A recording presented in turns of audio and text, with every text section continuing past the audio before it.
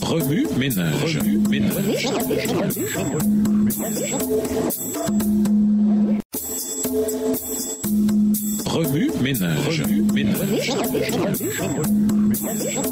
Bienvenue dans notre émission Remue ménage. Nouvelle leçon de lundi. Interpréter, intérioriser la parole. Au pays de Canaan, d'énormes dangers guettaient les Israélites, d'anciens esclaves sans expérience qui avaient erré dans le désert pendant 40 ans, se préparaient à affronter les tribus les plus féroces et les mieux armées de la région. Leur seule assurance ne reposait sur rien d'autre que la parole de Dieu. Le succès de Josué et l'avenir de toute la nation dépendaient de leur fidélité aux instructions que Moïse avait reçues de Dieu. Répète sans cesse les enseignements du livre de la loi et médite-les jour et nuit de façon à observer tout ce qui est écrit. Alors tu mèneras à bien tes projets et ils réussiront. Josué 1 verset 8. Pour mener à bien leur combat, ils devaient être fermement et continuellement branchés sur Dieu et sur sa parole. Leur mission prospérerait dans la mesure où ils adopteraient les instructions divines et intériorisaient soigneusement le livre de la loi. Alors que les armées de Canaan brandiraient leurs épées et dépoussiéreraient leurs chars de fer, les Israélites, eux, s'appuieraient sur la puissance de Dieu. Pour que les armées soient prêtes au combat, il faut généralement procéder à des exercices militaires et à des entraînements, de sorte que les troupes soient bien entraînées et disciplinées. Cependant, les Israélites ne se préparaient pas à mener des batailles militaires normales. Ils allaient gagner ces batailles par la foi, c'est-à-dire en s'appuyant sur l'intervention surnaturelle de Dieu. Même si le temps était presque venu et qu'il restait beaucoup à faire, Josué s'attaqua d'abord à la priorité absolue du moment: renouveler l'engagement du peuple envers Dieu et sa loi. Plus que toute autre chose, Dieu attendait de son peuple un engagement et une obéissance sans compromis. Les batailles qui les attendaient ne pourraient jamais être gagnées par leur force et leur habileté. Dieu seul pouvait leur accorder la victoire. Du coup, leur plus grand besoin était d'être fidèles à Dieu en toutes choses. Josué, lui, devait être prompt